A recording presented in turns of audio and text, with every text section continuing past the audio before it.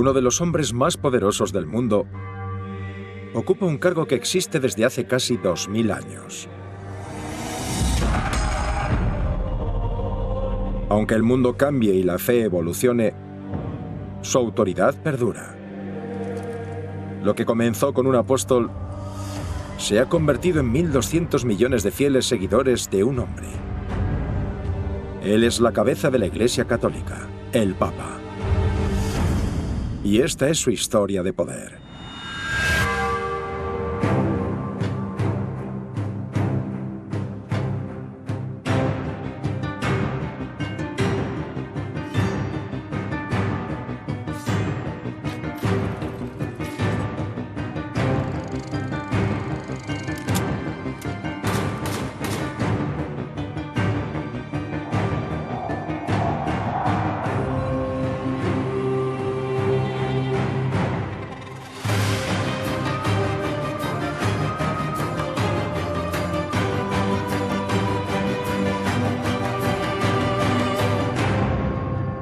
En este episodio veremos unas órdenes mandadas desde Roma al Nuevo Mundo. Expondremos a los papas más escandalosos del Vaticano. Y revelaremos que los espectaculares avances en el arte, la ciencia y la exploración están ligados a una maraña de sexo, sobornos y asesinatos por rivalidad.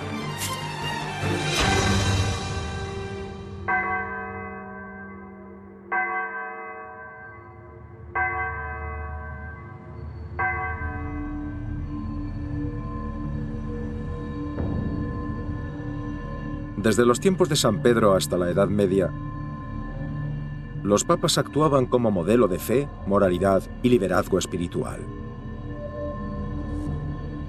Pero según la influencia de la Iglesia crece, las parafernalias del poder pueden seducir hasta el más devoto.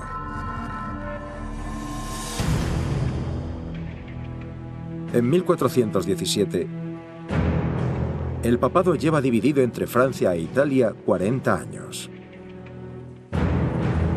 Pero tras la peste y su devastación,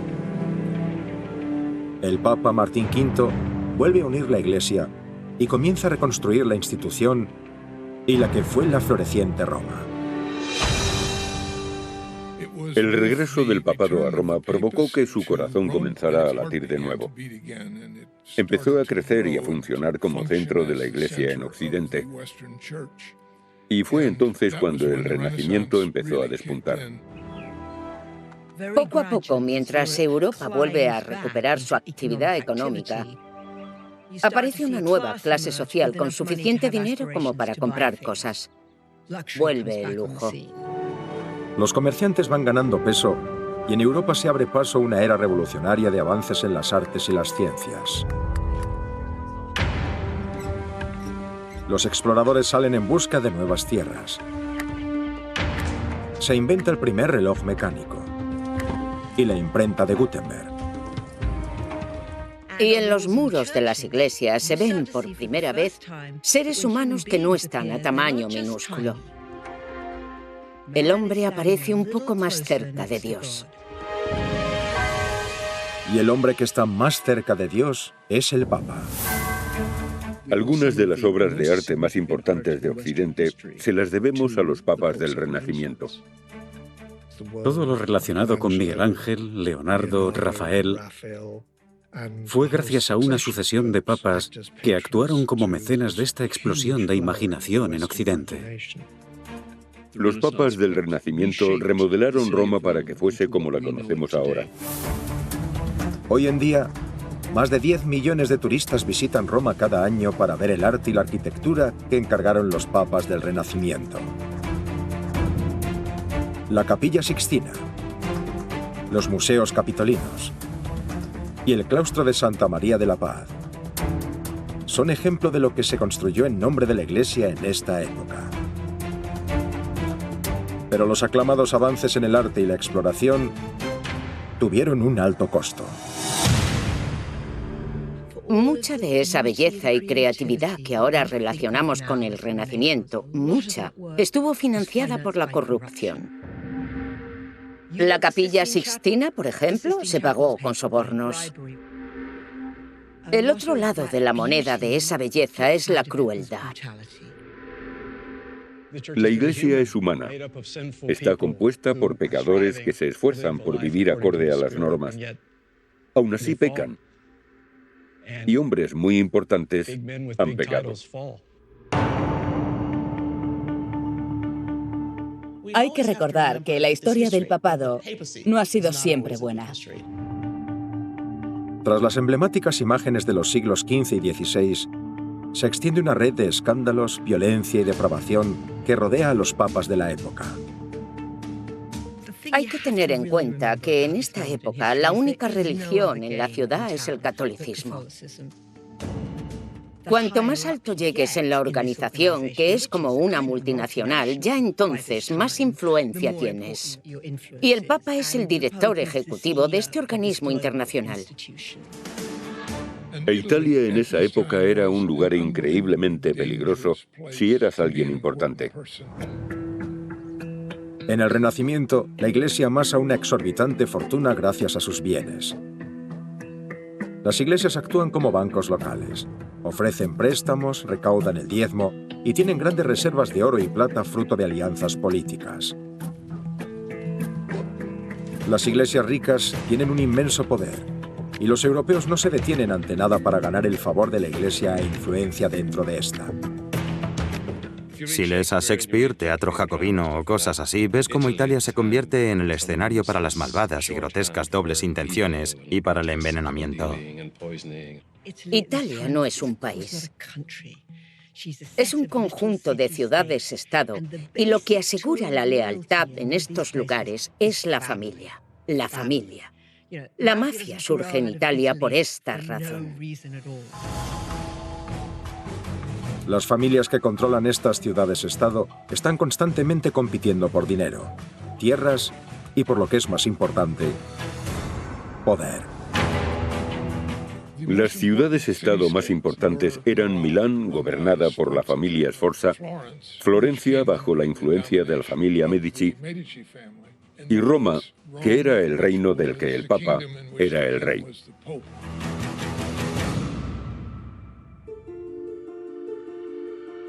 Hoy no pensamos en los papas como hombres de familia. Pero en el siglo XV era muy común que los papas tuviesen hijos. Esto es anterior a la era victoriana y puritana. La gente que gobierna esta gran institución, muchos vienen de familias de primera. No pueden casarse y lo entienden. Pero eso no significa que sean castos. Los papas tenían hijos. Inundando el colegio cardenalicio con hijos y sobrinos, los papas se aseguraban de que sus familias siguieran en el poder. Hay un gran problema cuando el papado cambia de familia. Roma puede ser un lugar muy peligroso y violento cuando la facción que controla el Vaticano se ve amenazada. Creo que la conspiración de los Pazzi es un buen ejemplo de lo demencial que era Italia en la época del Renacimiento.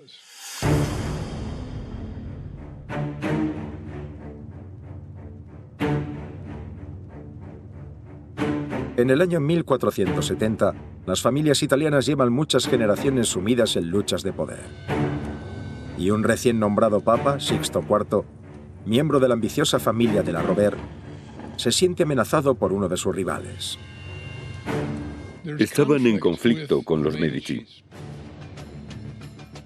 La familia Medici era muy caótica. Los veo como la dinastía del Renacimiento.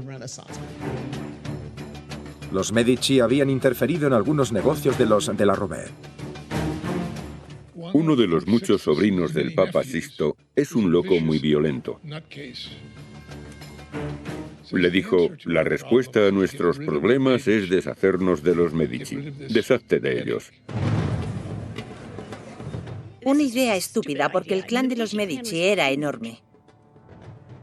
El Papa está de acuerdo con asesinar a Lorenzo Medici y a su hermano. Los de la Rovere reclutan a miembros de la familia Pazzi, poseedores de un imperio bancario. La segunda familia más rica de Florencia eran los Pacci, resentidos con los Medici al creer que tenían beneficios injustos. El domingo 26 de abril de 1478,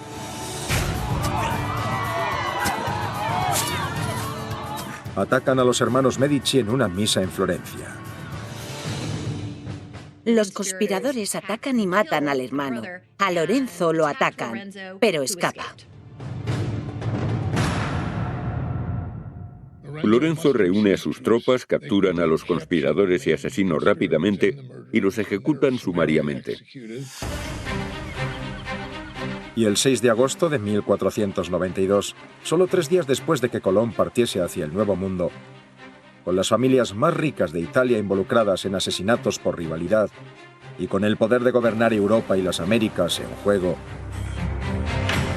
23 cardenales se embarcan en uno de los cónclaves más despiadados de la historia del Vaticano.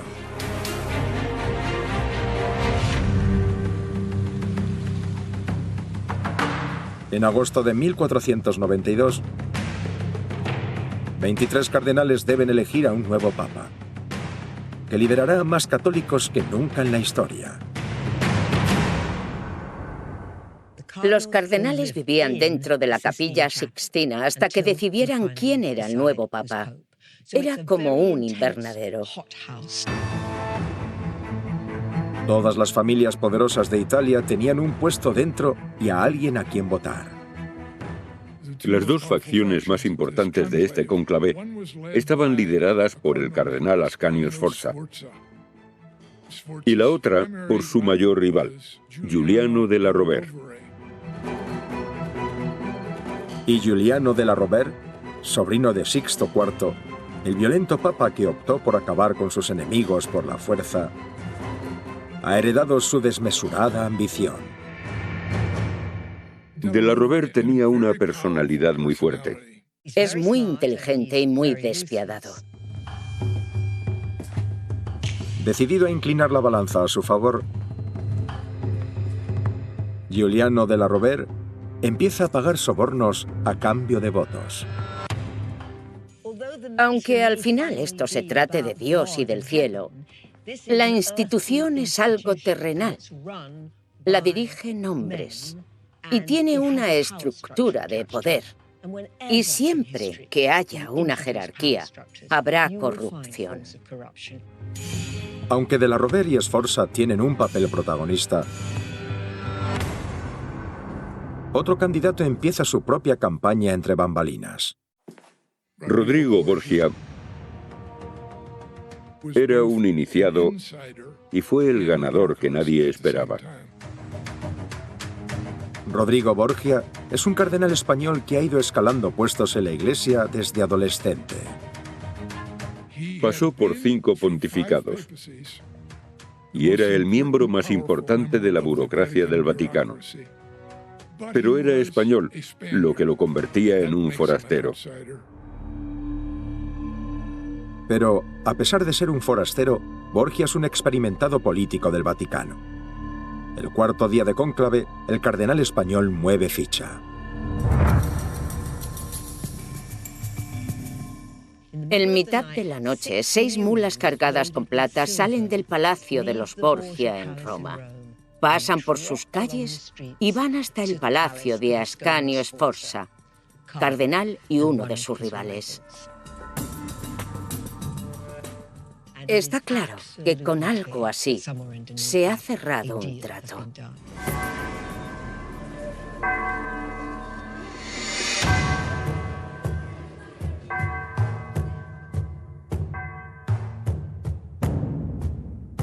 Rodrigo Borgia compró su cargo como papa. Lo primero que hizo Borgia, como el papa Alejandro VI, fue rodearse de personas en quienes confiaba. Como muchos hombres con poder de entonces y de ahora, Borgia les dio a sus hijos los cargos más altos en su consejo. Hizo que algunos de sus hijos se casasen con importantes princesas de otros lugares. Nombró cardenal a su hijo y le dio todo tipo de rentas eclesiásticas. Es una historia de nepotismo. La gente pensaba, ¿cómo ha podido esta gente hacerse con la ciudad del Vaticano?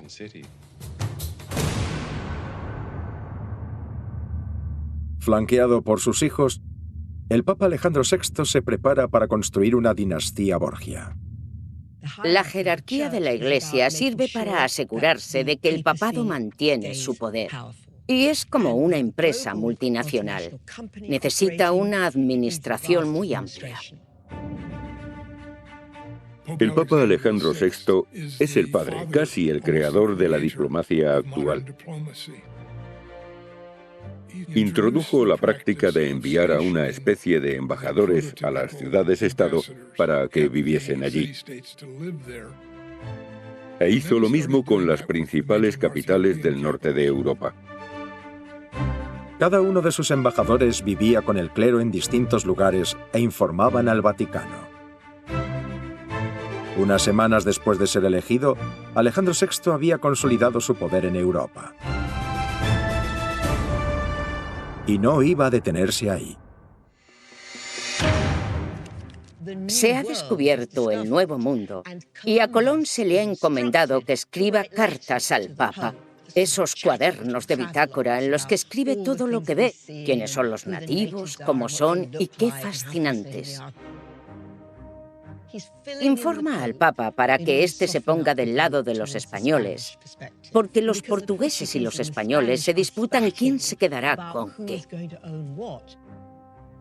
La cosa se puso muy fea y muy tensa y parecía que iba a acabar en guerra. Acudieron al Papa Alejandro VI para que estableciese una frontera para ambos.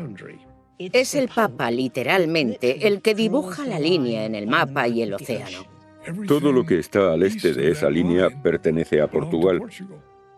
Y por eso Brasil se convirtió en colonia portuguesa.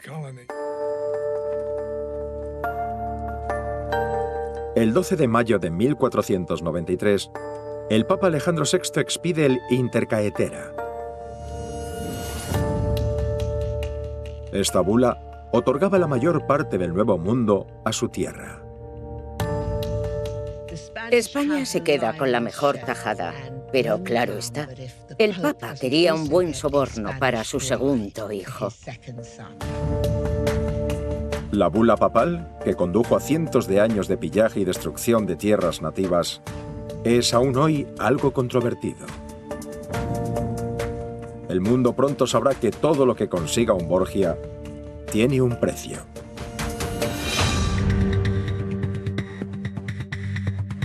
Cuando Rodrigo Borgia pasa a ser el Papa Alejandro VI, en 1492, instaura una era de dualidad extrema. Trajo impresionantes avances en arte y tecnología al Vaticano, así como una cultura de corrupción, de nepotismo y de brutal politiqueo. Sabía cómo intimidar a la gente. Sabía cómo amedrentar a la gente, pero era un político muy astuto. Era como un capo de la mafia, como Marlon Brando en El Padrino. Disfrutaba de la parafernalia del poder. A veces un buen administrador es alguien que quiere enriquecerse. La corrupción es doble, financiera y sexual. Una de las historias más lascivas del pontificado de Borgia fue el banquete de las castañas. Lo que pasó es que hubo una fiesta a la que invitaron a docenas de prostitutas y todo el mundo se desnudó y pasaron todo tipo de cosas. Cosas con castañas. Y supuestamente el Papa Alejandro estuvo presente. Aunque la historia del banquete no está clara, la de que el amante del Papa se instaló en el Vaticano es indiscutible. Julia Farnesio era una bella joven de una familia importante de Italia. Cuando Rodrigo se convirtió en papa, nombró cardenales a muchos jóvenes. Y uno de ellos era el hermano de Julia. Fue una forma de comprar a la chica. Yo te hago cardenal y tú dejas que sea mi amante. Rodrigo tenía 60 años y ella 15. Vivió en el palacio papal con los demás jóvenes Borgia Tuvo al menos un hijo con ella. A nosotros todo nos parecen contradicciones. ¿Cómo puede ser un gran devoto y tener ese tipo de vida? Parece que se hace una distinción entre el hombre y la institución. La gente respeta la institución y es consciente de que la gente que se ocupa de ella comete muchos errores. Hoy en día tenemos un problema con esto. El mismo Jesús era Dios y hombre. La persona es cuerpo y alma. La Iglesia es justicia, la ley, y misericordia, el perdón de los pecados. Se pensaba que pecar era algo innato. Los seres humanos pecaban. Si no lo hiciesen, no necesitarían a la Iglesia para ser perdonados. Una de las formas con las que el Vaticano financiaba los pecados del Papa era la venta de indulgencias. Unas tasas que se pagaban a cambio de la salvación. Si sabes que vas a pecar, quizá debas comprar por adelantado el perdón. Aunque moralmente cuestionables, las indulgencias pagaron muchos de los tesoros que hoy asociamos con la Iglesia moderna. Borgia ejemplifica todo lo relativo al papado en el Renacimiento que condenamos y admiramos. Tuvo un pontificado corrupto, pero fue un gran mecenas de las artes y contrató a los mejores artistas y arquitectos de la época. Durante el pontificado de Borgia se restauró el castillo de San Angelo. Se construyó un centro para la Universidad de Roma. Y Miguel Ángel planeaba reconstruir la Basílica de San Pedro. Uno tiene que vivir con la paradoja de que estas cosas fueron fruto del pecado, pero que no son pecado por sí mismas. Son cosas maravillosas y mejoraron el mundo. Borgia ordenó tantas obras de arte en nombre de Dios y de su familia que se dice que la imagen actual que el cristianismo asocia con Jesucristo es el rostro de su hijo mayor, César.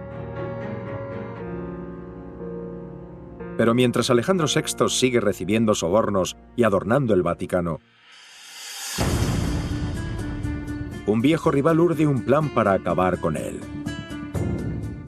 El hombre que resulta ser el enemigo de Rodrigo Borgia es Giuliano della Rovere. Era un hombre agresivo y malhumorado, al contrario que Alejandro VI, de quien todos decían que era increíblemente encantador. La rivalidad entre Borgia y della Rovere se remonta a cuando ambos eran jóvenes cardenales. Pero desde que Borgia es elegido papa en 1492, della Rovere se obsesiona con destruir a su enemigo. No es de extrañar que cuando della Rovere no es elegido papa se fuese de Roma enojado. Della Rovere se fue a Francia, se unió a la corte francesa e intentó perjudicar al papa Alejandro VI. Decidido a acabar con su rival, della Rovere convence al rey Carlos VIII de Francia para que conquiste Nápoles y que de camino saquee Roma y derroque al papa. 2 años después de que Rodrigo fuese nombrado papa, este ejército atraviesa los Alpes hacia el norte de Italia y se dirige a Roma. Es una gran catástrofe. Cuando el ejército francés que se dirigía a Nápoles se aproxima a Roma, la corte papal se prepara para huir. Alejandro a última hora dice: "No voy a salir huyendo". Pese a no tener un ejército, pero sí a 25.000 soldados franceses enfrente, el Papa Alejandro VI está decidido a luchar por Roma y la Iglesia. Básicamente, el Papa tuvo que negociar por su vida, por la vida del Vaticano y la independencia del papado. Invitó a Carlos a vivir con él en el Vaticano. Y con eso quedó encantado. Lo persuadió y Carlos anunció: "Vaya, esto es algo auténtico, no voy a derrocarlo". Y luego el Papa Alejandro los ayudó a irse por donde habían venido. Gracias a uno de los mejores actos diplomáticos de la historia, el Papa Borgia convence al rey Carlos de Francia para que deje a Roma y al papado intactos. De la Rovere se enfureció porque había perdido la oportunidad para sustituir a su enemigo. Pronto, Giuliano de la Rovere demostrará ser solo una de las muchas amenazas para el papado de Alejandro VI. En 1494, el papado está floreciendo y pudriéndose en un mar de corrupción. Y aunque el Papa Borgia haya persuadido al rey Carlos para que perdone a Roma, su formidable armada francesa continúa su marcha a través de la península itálica. En Italia, el ambiente se está volviendo peligroso. Y en este vacío aparece un apasionado fundamentalista llamado Girolamo Savonarola. Girolamo Savonarola es un carismático fraile italiano que vive en Florencia. Mientras el Vaticano se ve superado por el materialismo y la depravación, Savonarola se enfrasca en los evangelios y toma los votos de pobreza, castidad y obediencia. Es un gran predicador y conoce la Biblia de cabo a rabo. Está en la Iglesia, pero ve su corrupción. Así que empieza a atacar al Vaticano. Si coges a Borgia y Savonarola, representan los polos opuestos de la cristiandad en el siglo XV.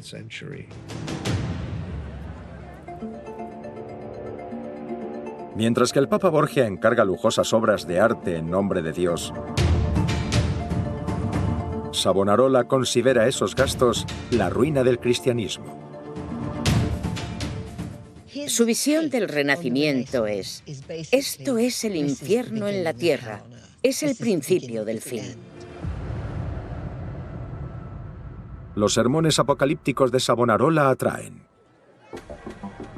Culpa al Papa de las invasiones francesas y pregona que Dios está castigando a los italianos por el hedonismo que hay en la Iglesia.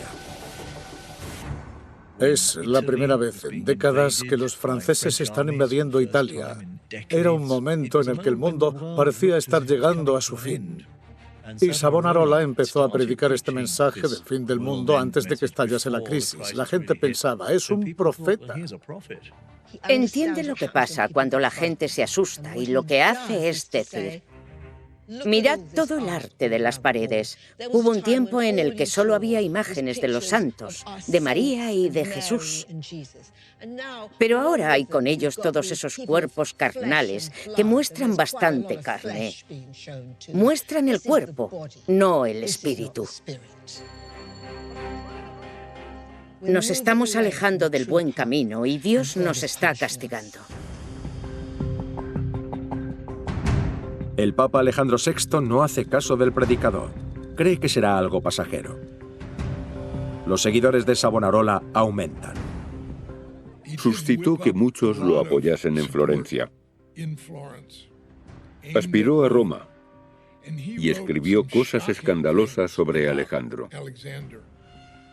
Quería que el mundo viese a Alejandro como la personificación del mal. Lo quería fuera del papado.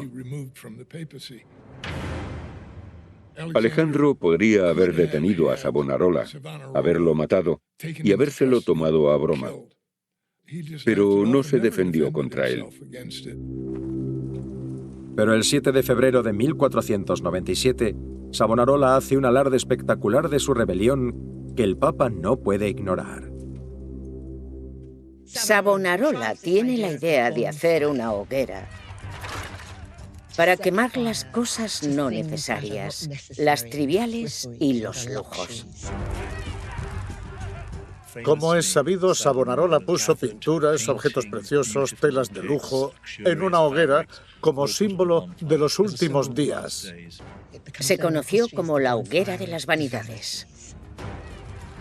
Miles de florentinos fueron en masa a la hoguera de las vanidades y quemaron sus posesiones terrenales. Es un golpe brillante. Es intimidatorio, es un espectáculo, muestra su poder y es teatral. Es uno de los momentos que perduran y son emblemáticos porque va de un exceso de lujo a un exceso de fundamentalismo. El Papa Alejandro VI se da cuenta de que no puede seguir ignorando a Savonarola. Considera la hoguera una declaración de guerra al Vaticano. En 1497, tras meses ignorando los comentarios incendiarios de Savonarola contra el Vaticano, la hoguera de las vanidades obliga al Papa Alejandro VI a contraatacar. El Papa le dijo que parase. Él se negó y el Papa lo declaró hereje. 2 meses después del espectáculo en Florencia, el Papa Alejandro VI excomulga a Savonarola. La excomunión es un arma muy poderosa que hace que mucha gente tema ir a oír a Savonarola. Puede que crean en él, pero el Papa es quien manda e irá al infierno si lo excomulgan.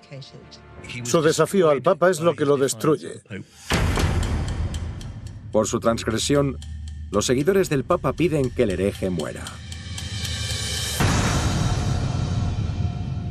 El 23 de mayo de 1498, Girolamo Savonarola es arrastrado a la plaza central de Florencia, donde lo queman vivo.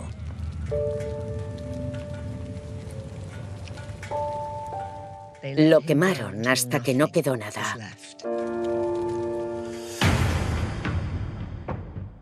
En agosto de 1503, tras crear un imperio diplomático, encargar algunas de las más grandes obras de arte del mundo y vivir uno de los pontificados más corruptos de la historia del Vaticano, el Papa Borgia contrae malaria y muere de repente. Es un final espectacular. Un mosquito pica a alguien y el empeño de 11 años por construir una dinastía llega a su fin. Se acaba. Y en un año su archienemigo se convierte en papa.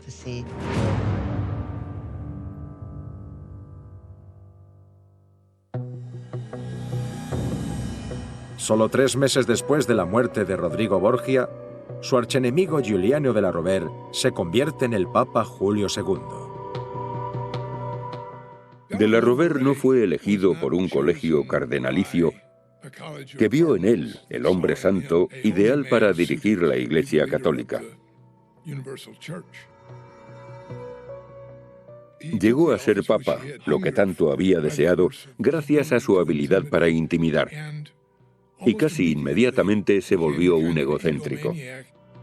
El Papa Julio II, movido aún por el rencor y la venganza, se encarga de destrozar personalmente todo lo que su némesis había creado, empezando por su hijo César. Al Papa Alejandro se le fue la mano con el nepotismo, en especial en lo que respecta al hijo de Borgia, César. César básicamente tenía las llaves del reino, el control del ejército. Cuando se convirtió en papa, Julio II mete a César Borgia en prisión, lo despoja de su título y al final lo mata. De la Rovere se dedicó a mancillar la reputación de toda la familia Borgia. El rumor era que Lucrecia Borgia, hija de Rodrigo, era una puta que se acostaba con su padre y probablemente también con su hermano. No hay ninguna prueba de este incesto en la historia. Eso no significa que no ocurriese, pero es como la prensa sensacionalista. Una vez que te cuelgan la etiqueta, ahí se queda.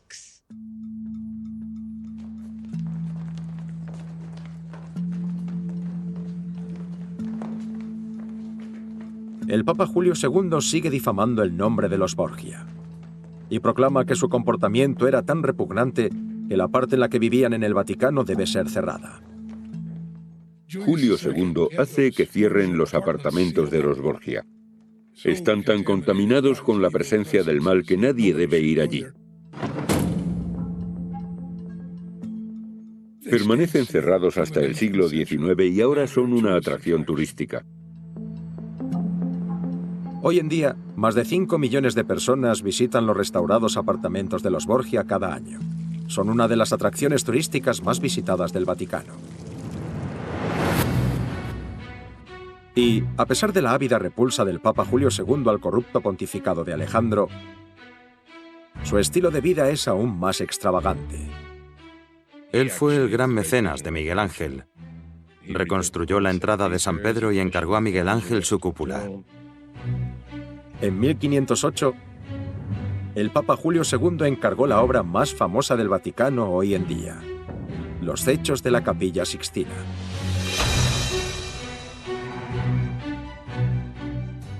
A de la Rovere lo movía su ambición personal y su pomposidad.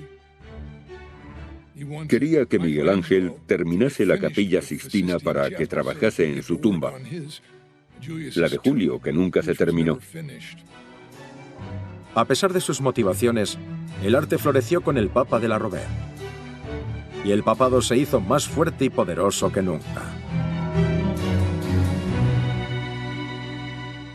Fue un papa guerrero que iba a las batallas a liderar a sus ejércitos con una armadura de plata. Era para ensalzarse a sí mismo, pero también era parte del ideal de que el papado estaba respaldado por el poder. El Papa Julio II continuó alardeando del poder del papado hasta su muerte en 1513. Para entonces, otra poderosa familia italiana ha urdido con paciencia un plan para hacerse con el papado. Y el joven banquero lleva a la opulencia del Renacimiento a niveles tan excesivos que quizá la Iglesia no pueda recuperarse. Los papas del Renacimiento son famosos por su extravagancia. Pero un papa eleva los gastos papales a un nivel que va demasiado lejos.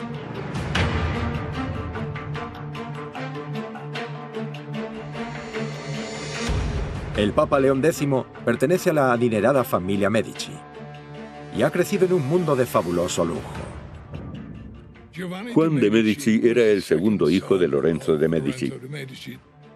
Era un sibarita. Le encantaban las artes, el teatro, la música y esas cosas. El León X y los miembros de la dinastía de los Medici representan lo más glorioso del papado a principios del siglo XVI, pero también lo contrario. Fueron los que iniciaron las alianzas entre el papado y las artes, y también los que iniciaron la corrupción de la cristiandad.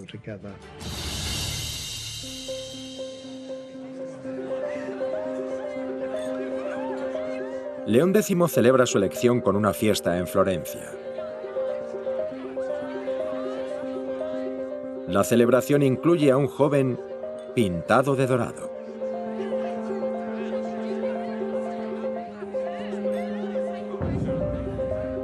En mitad de la fiesta, el chico muere intoxicado por la pintura.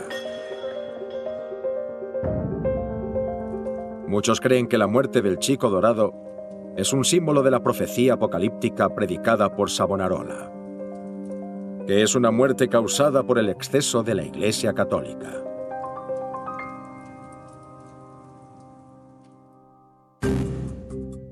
Están empezando a llamar al Papa Francisco el Papa del Pueblo.